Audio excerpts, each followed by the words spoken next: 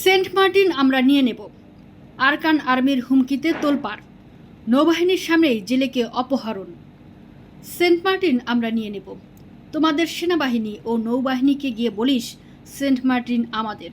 ঠিক এভাবেই বাংলাদেশের সার্বভৌমত্বের দিকে সরাসরি আঙুল তুলে ভয়ঙ্কর ও চরম অধ্যত্বপূর্ণ হুমকি দিয়েছে মিয়ানমারের সশস্ত্র গোষ্ঠী আরাকান আর্মি।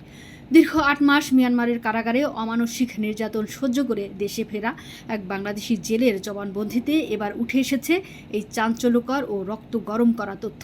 তবে আরাকান আর্মির এই আস্ফালনের চেয়েও দেশের সাধারণ মানুষকে বেশি হতবাক করেছে ওই জেলের আরেকটি বিস্ফোরক দাবি। তিনি অভিযোগ করেছেন, তাদের যখন ধরে নিয়ে যাওয়া হচ্ছিল তখন খুব কাছেই উপস্থিত ছিল বাংলাদেশ নৌবাহিনী ও কোস্টগার্ডের জাহাজ, কিন্তু তারা কোনো বাধাই দেয়নি, স্রেফ নীরব দর্শকের মতো দাঁড়িয়ে দেখেছে। ফিরে আসা ওই জেলের বর্ণনা অনুযায়ী ঘটনার সূত্রপাত হয়েছিল গত ২০২৫ সালের ডিসেম্বরে। বাংলাদেশের জলসীমার ভেতরেই সাগরে মাছ ধরছিলেন তারা, কিন্তু ভোর ৬টার দিকে হঠাৎ করেই আরাকান আর্মির সদস্যরা তাদের উপর সশস্ত্র হামলা চালায় এবং জোরপূর্বক ধরে নিয়ে যায়। ওই জেলের বর্ণনায় উঠে আসে শিউরে ওঠার মতো নির্যাতনের চিত্র। তিনি বলেন, ধরে নিয়ে যাওয়ার পর আমাদের একটি বদ্ধ ঘরে আটকে রাখা হয়। কনকনে ঠান্ডা দিয়ে আমাদের উপর অমানসিক নির্যাতন চালানো হয়। এরপর এক সাজানো আদালতে তুলে তাদের ১.৫ লাখ টাকা জরিমানা করা হয় এবং দীর্ঘ ৮ মাসের জন্য মিয়ানমারের কারাগারে বন্দী করে রাখা হয়।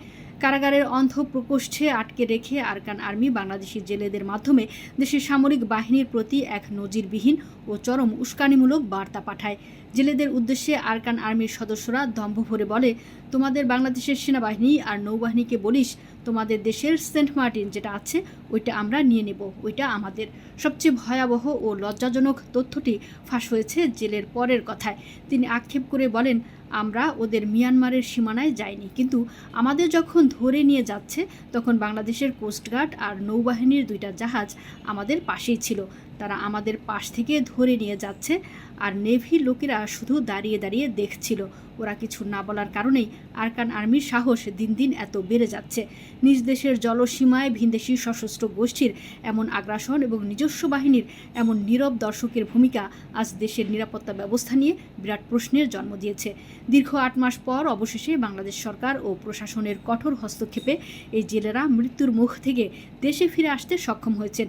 এজন্য ওই জেলে বাংলাদেশ সরকার ও প্রশাসনের প্রতি গভীর কৃতজ্ঞতা প্রকাশ করেছেন। তবে প্রাণ নিয়ে ফিরলেও এই গরিব জেলের উপার্জনের একমাত্র সম্বল ২.৫ লাখ টাকা দামের নৌকা ও জাল এখনও আরাকান আর্মির কাছেই আটকে আছে। তিনি সরকারের কাছে আকুল আবেদন জানিয়েছেন, জীবন যেভাবে ফিরে পেয়েছেন ঠিক সেভাবেই যেন সরকারি হস্তক্ষেপে তার নৌকা ও জালগুলো ফিরিয়ে দেওয়া হয়। আজকের এই ঘটনা দেশের প্রতিটি নাগরিকের রক্ত গরম করে দেওয়ার জন্য যথেষ্ট। একটি ভিনদেশি সশস্ত্র গোষ্ঠী বাংলাদেশের জেলেদের ধরে নিয়ে খোদ সেন্ট মার্টিন দখলের হুমকি দিচ্ছে, আর দেশের বাহিনী নীরব থাকছে। এটি কোনো স্বাধীন রাষ্ট্রের জন্য মেনে নেওয়া কঠিন। সরকার ও সামরিক বাহিনীকে এখন এই স্পর্ধার কড়া জবাব দিতে হবে, নইলে আরাকান আর্মির এই দম্ভ অচিরেই দেশের মানচিত্রের জন্য বড় হুমকি হয়ে দাঁড়াতে পারে।